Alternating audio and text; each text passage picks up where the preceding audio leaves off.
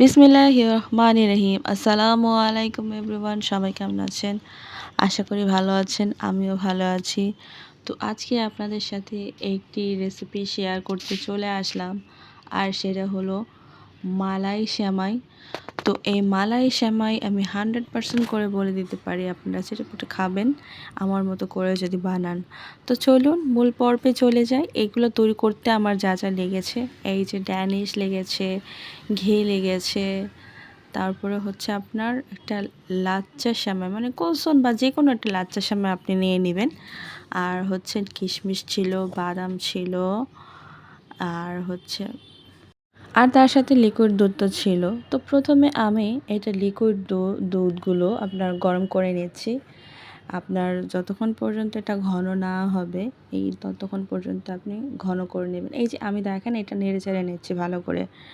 এখন ভালো করে নেড়ে চেড়ে নিচ্ছি, আর এর মধ্যে এটা ঘন হতে থাক। তার মধ্যে আমি হচ্ছে আপনার বাদাম আর কিশমিশটা আমি ভেজে নিচ্ছি বাটার আর ঘি দিয়ে। ভালো করে ভেজে নেব, যাতে বাটার আর ঘিটা ভালো করে কিশমিশে পৌঁছায়।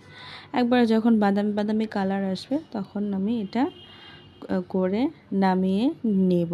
এই যে দেখেন আমি এখন এটাকে নামিয়ে নিচ্ছি, কালার চলে আসছে কিশমিশ আর বাদামের। আমি যখন খেয়েছিলাম সেমাইটা এত অসাধারণ হয়েছিল, বিশ্বাস করবেন, আমার খুব ভালো লেগেছিল।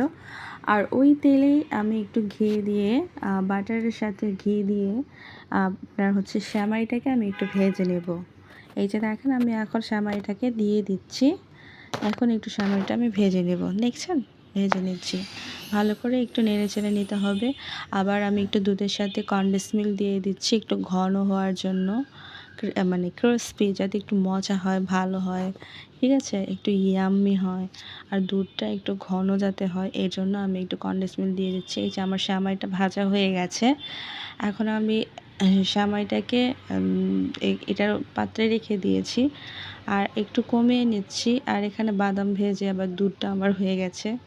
আর আমি একটু সেমাইটা এখানে আলাদা করে নিয়েছি, পার্ট বাই পার্ট করার জন্য আর কি। দুধটা দিয়ে আবার কিশমিশ দিয়ে আমি দিয়ে দিয়েছি, এই যে দেখেন। এখন আমি তার উপরে আবার এটা পার্ট বাই পার্ট দিচ্ছি। দেখতে অনেক ইয়াম্মি হয়েছে, তাই না? আসলেই খুব মজা হয়েছিল, এত মজা হয়েছিল যে কি বলবো, খুব ভালো লাগছিল আমার। এই খাবারটা অস্থির হয়েছিল, সত্যি কথা। আপনারা যদি এভাবে বানাতে পারেন, সত্যি এটা চেটেপুটে খেতে হবে আপনাদের। আবার এখানে আমি আবার সেম প্রক্রিয়ার মতো করে আবার দুধ দিয়ে, কিশমিশ দিয়ে, বাদাম দিয়ে, তারপরে ওইভাবেই আমি করবো। এই যে দেখেন, দেখছেন, এই সেম প্রক্রিয়া আপনাদের করতে হবে। সত্যি খুব মজা ছিল আর খুব ইয়াম্মি হয়েছে। আমি মনে করেন অনেকখানি খেয়েছি, যদি আমি সেমাই এত খাই না। এইভাবে করার পর আমি সেমাই 2বার খেয়েছি, খুব মজা হয়েছিল। তো কেমন হয়েছে সবাই জানাবেন। বাই বাই, আল্লাহ হাফেজ, টেক কেয়ার, বাই বাই।